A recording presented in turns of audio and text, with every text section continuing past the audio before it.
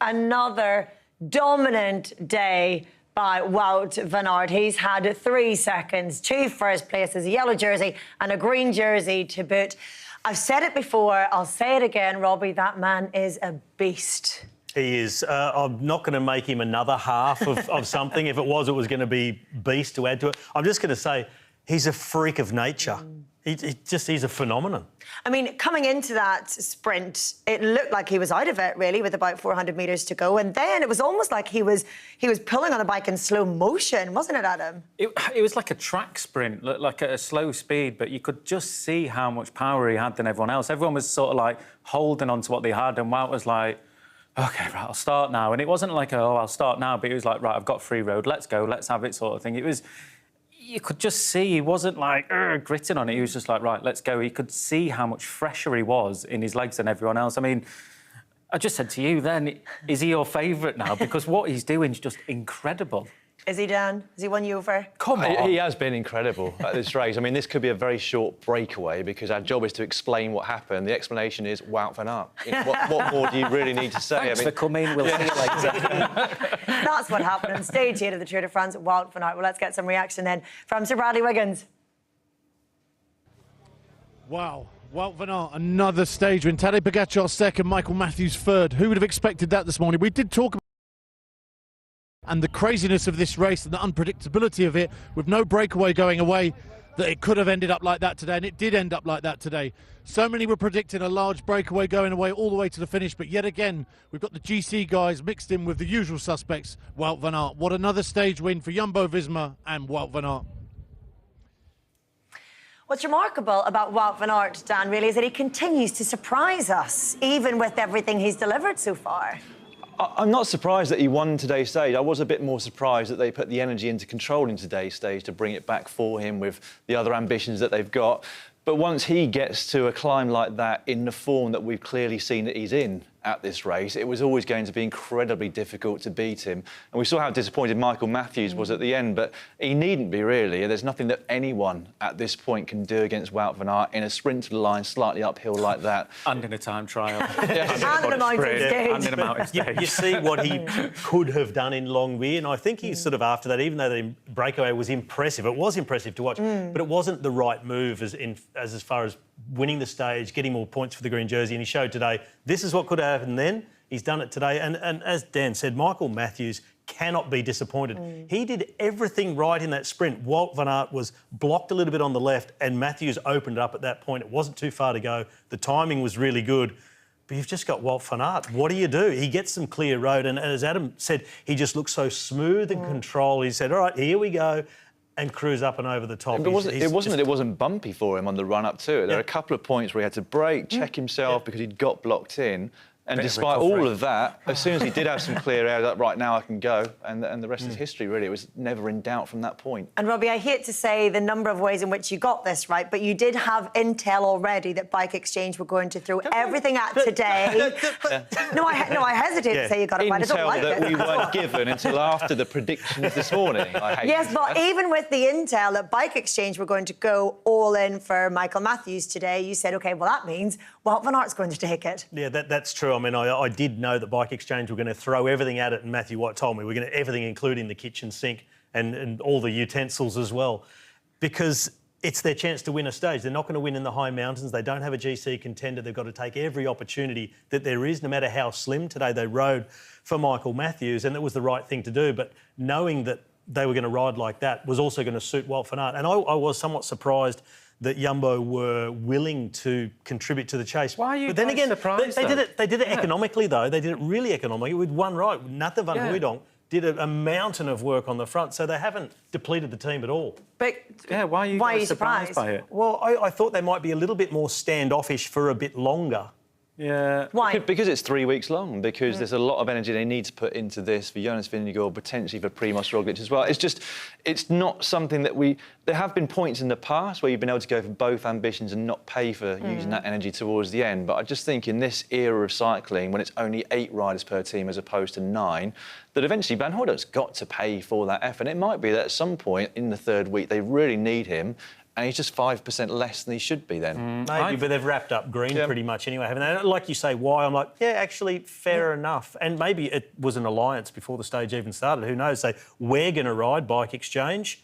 Hey, we know it's good for you too. Why not? OK, we'll throw one in. Yeah, exactly. It's quite possible. I think with it is as well is if you're going to look at a bike team, OK, you've got to have a Wout van Aert to do that. But if you're going to make a model of a bike team, they've ultimately got the complete package. They've got GC riders, they've got Wout van Aert, they've got everything ticked off on their list, which they can do. And it's, if, like I said, if you're going to model a bike team, that is the exact model you want. GC guys, sprinters, time trial, everything they've got.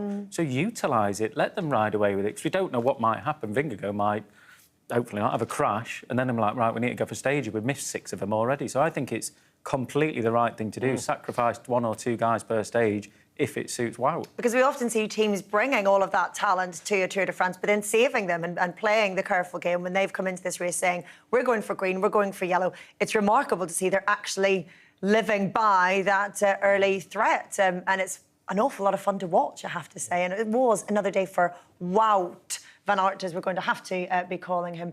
As I say, he's had 3 second places, 2 firsts, and another day of dominance. Let's hear from him. Wout van Aert, a very big smile on your face. How happy are you to win this one in Lausanne? Of course, super happy, but yeah. With the green points for grab today, I mean, Longwy was a good opportunity, but turned out slightly different. But today was a big chance to take a lot of points on a few of my competitors. So really glad my team put just everything in it to chase down the breakaway, and then you have to finish it off. Yeah, but what a victory! I mean, you win ahead of Michael Matthews, Tadej Pogačar. Can you take us through those final moments? It was a pretty tough climb. It's at like 4.5k, 4%, but with the flat part in between, everything that was going uphill was really steep. So I had to fight to stay in the wheel of Pogačar and his teammates. But I knew if I could stay in the wheel, the sprint was a bit flatter. So I was waiting for that moment. You win in Lausanne, the city of the IOC. How important symbolically is that to win in the Olympic city? I didn't think about it, but maybe it's something extra. But winning a stage in the Tour de France, no matter where, is nice. Maybe inspiring for the Olympic Games in Paris. Yeah, for sure. But also there, I was not thinking about yet. First, enjoy this one. Thank you, Wout.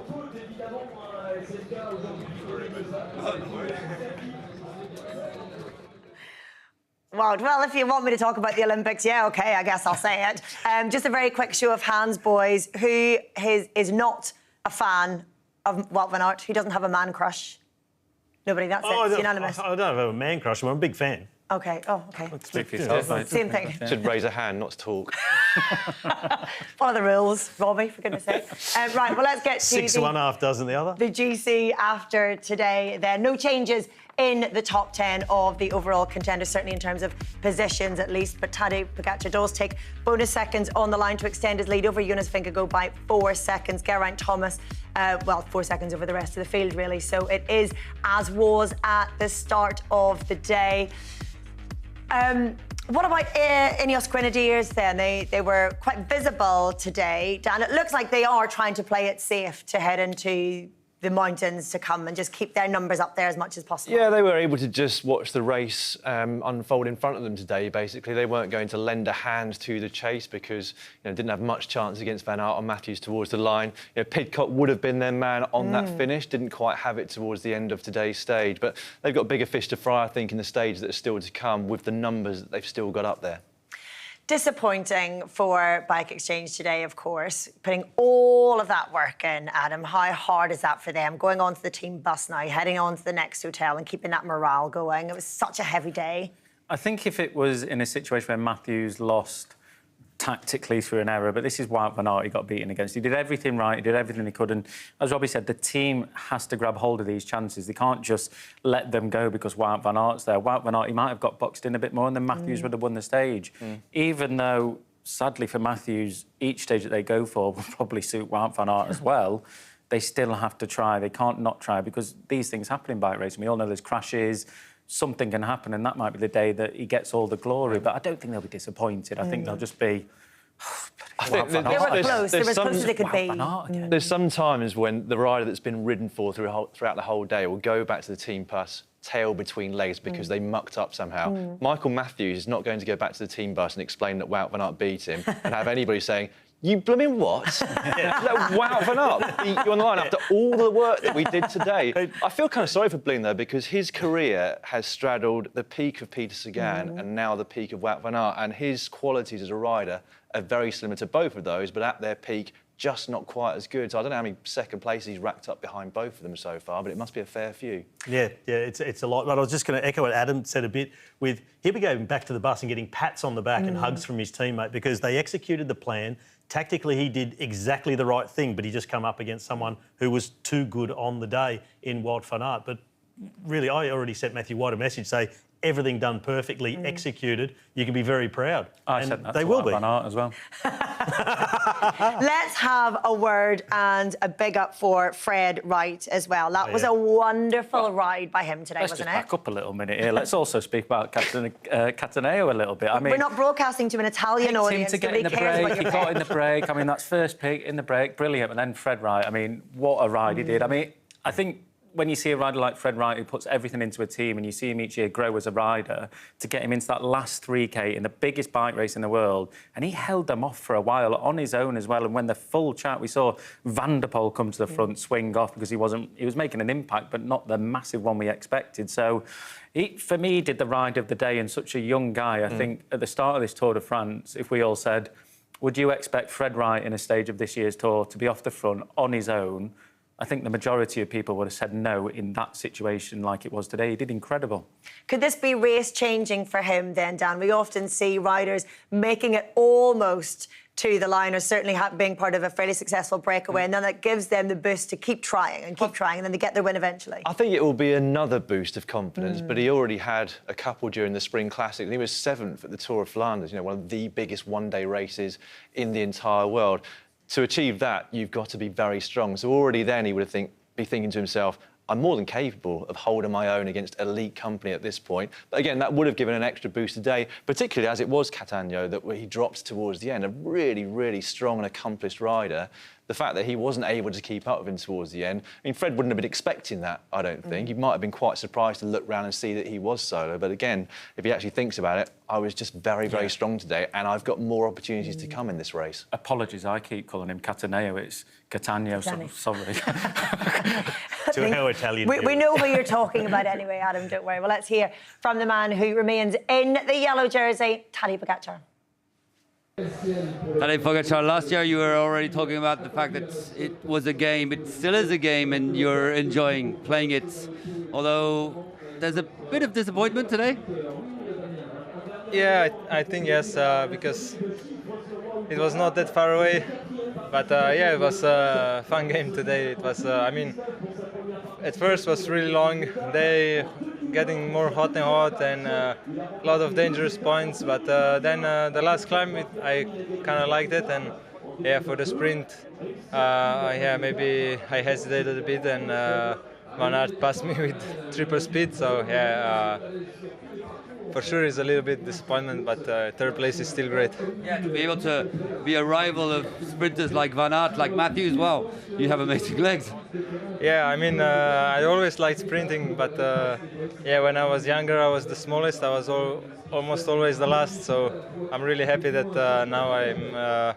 At least when it's going up for 5K, I can do a solid sprint in the end, but still not as close as Matthews and Van Aert. The goal on this Tour de France to win all the stages and to win all the jerseys? No, today was not the plan to win the jersey. Today we sat back, we tried to relax, but yeah, the other Bike Exchange and Jumbo-Visma had interest to pull and to win the stage from the bunch, because we were thinking maybe, okay, today Breako this breakaway day, but yeah, in the end was also opportunity for us to take the win, but yeah. The important thing is also to stay out of trouble. There was a big crash at the beginning of the stage. You just avoided it, but it was a big fright, I suppose. Yeah, I was in the middle of the crash. I hit the ground, but not so much. It was one of the softest crashes I ever experienced, and yeah, it was for me nothing bad. We came back quite fast, and it was okay. Enjoy the podium. Thank you. Thank you so much. I mean, it's all relative, but is that the least smiley we've seen, Tadej Pogačar?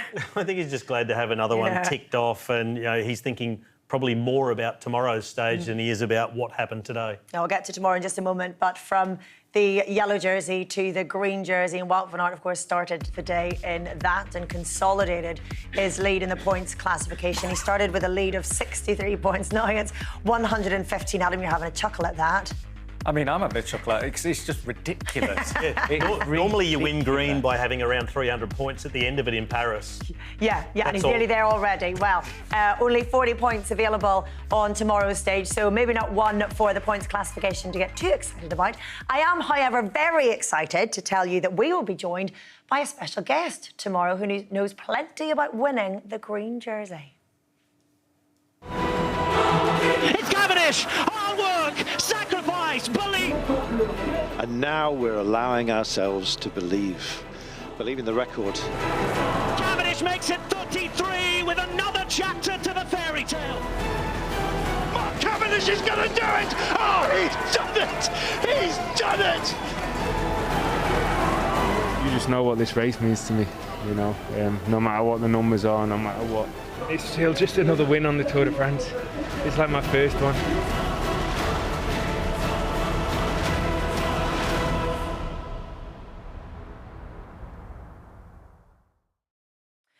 Adam, we're hanging out with Cav tomorrow, aren't we? Let's get him in. It's going to be good, actually. It'll be nice to do it because it's obviously the Tour de France, biggest race in the world, so it'll be nice to get his thoughts on not just what's happening in sprinting, but also on a stage which he would generally probably tomorrow suffer in quite a lot. So to see his point of view in that and talk us through what he's seen so far, it's going to be great. Yeah, I'll see a totally different element, I guess, to what we'll all have been seeing tomorrow. I can't wait for that. Well, we have crossed borders into our fourth country of this race already, which gives you a fair idea of how many brutal kilometres have been covered so far. Still a day to go before the rest day. Well, I tell you what, they'll certainly have earned it by then.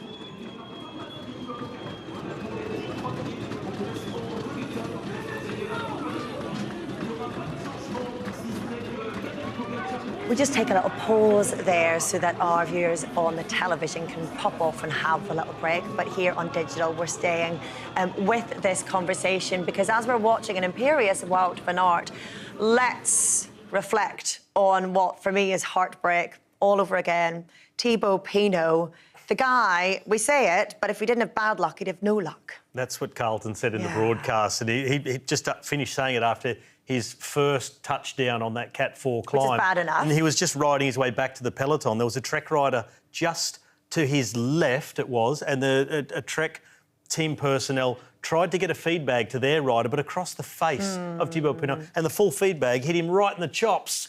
You couldn't script it. Like, how much bad luck can you have? Like, wrong place, wrong time, and someone doing the wrong thing. I don't know if you can show those pictures, actually, because it was quite dramatic. I've never seen anything like that. We're used to riders, Dan, colliding with fans and signs and mobile phones and all sorts. But another team's soigneur holding the feedback out. It was remarkable. Sorry, go on. No, you go. No, it's all right. Go on. What did you want to say? Come on, Adam. Someone I go. said it's his own fault. Thibaut. It's his own fault. He should have swerved earlier, maybe. He should. Like, everyone knows that you put a feed bag out, everyone grabs it on the right-hand side. Sorry, mate, I've completely come over you. On the right-hand side, so when you see people with feed bags, you automatically go to the left. He's trying to get back on, coming up. He's got a Trek rider in front of him. He's just come off his bike from this, so maybe he's That's not irrelevant so to the alert. second one. I mean, if he's got on his bike and he's not alert, he shouldn't be back on his bike. So I just think he's been in the game long enough, and this might sound really harsh, but I think it's just, you can see there, the bag's already there and he's on the right-hand side. And, you know, he's the one that has to brake. The Trek Segafredo rider can't see where he is behind him. The Soigneur can, but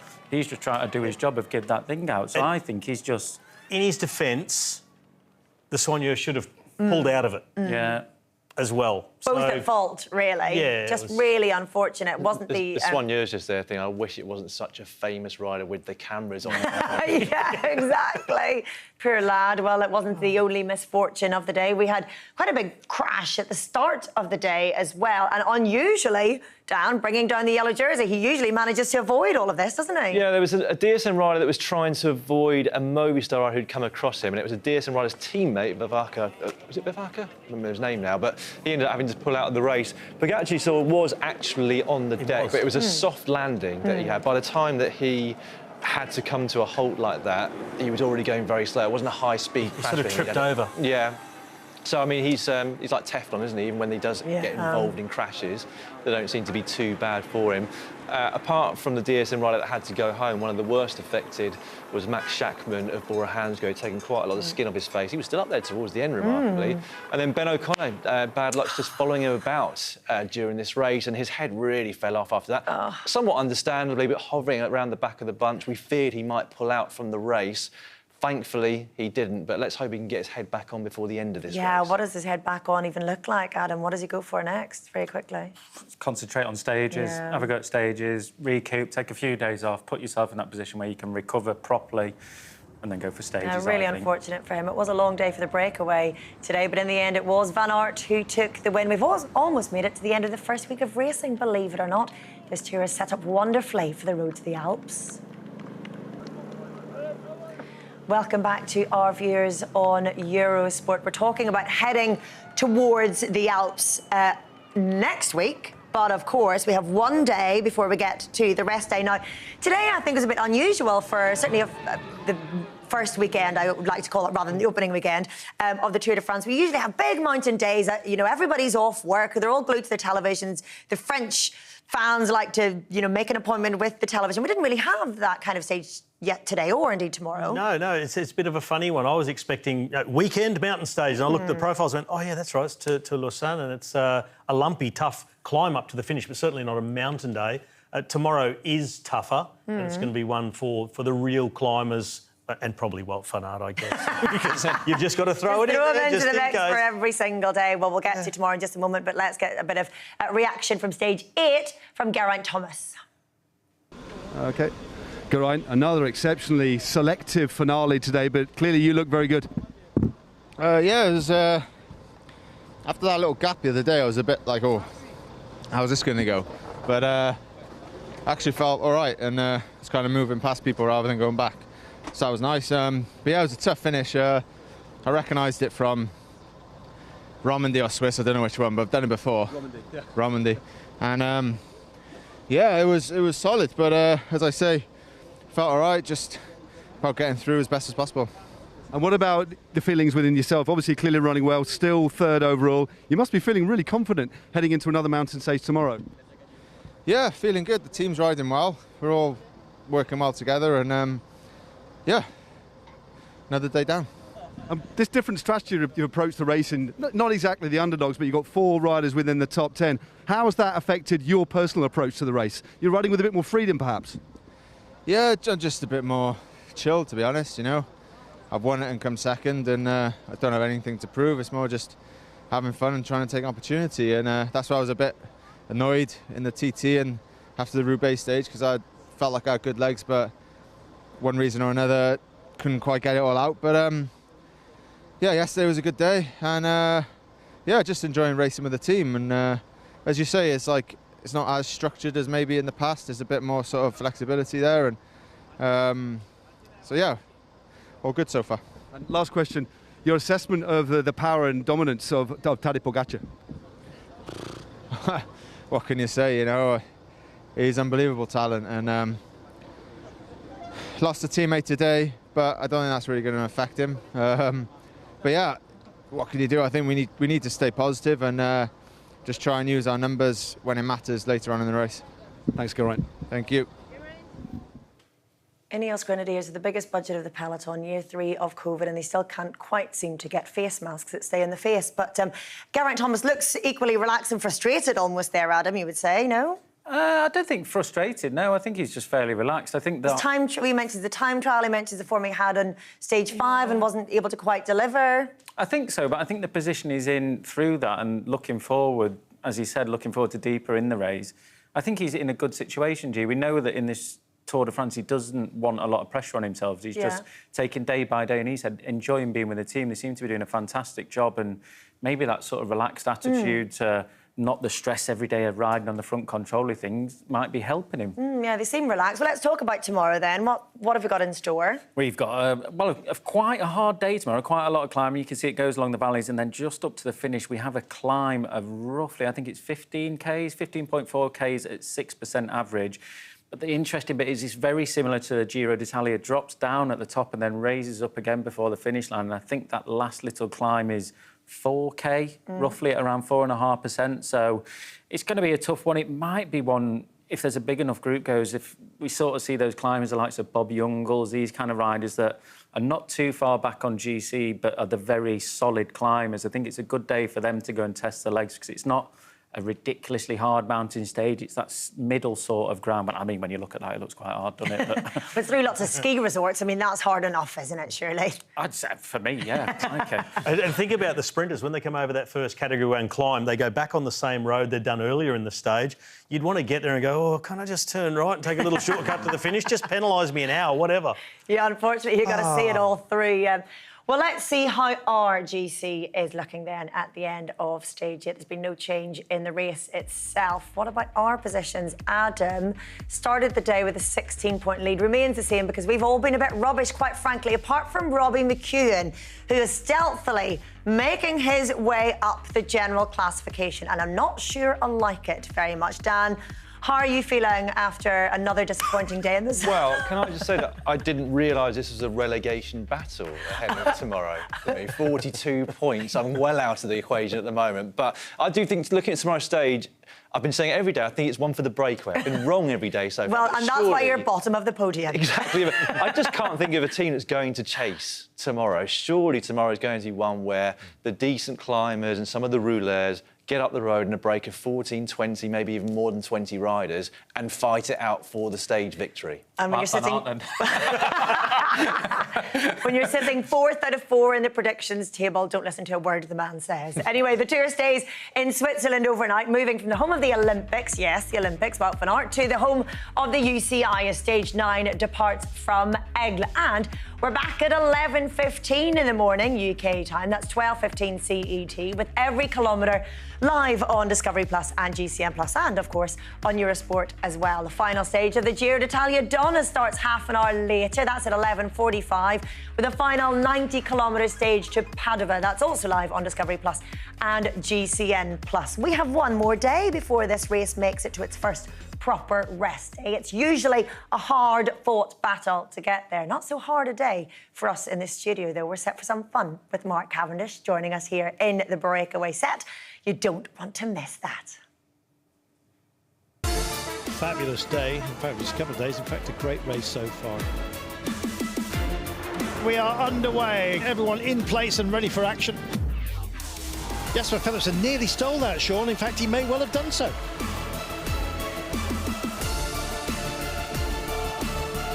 That's the end of Frederick Friesel. If he didn't have bad luck, he'd have no luck at all. The Hungary pack is chasing. Looks as though he's going to be caught. 12% maximum gradient. Van Aert is accelerating. Van Aert comes through the centre. The green jersey has it again.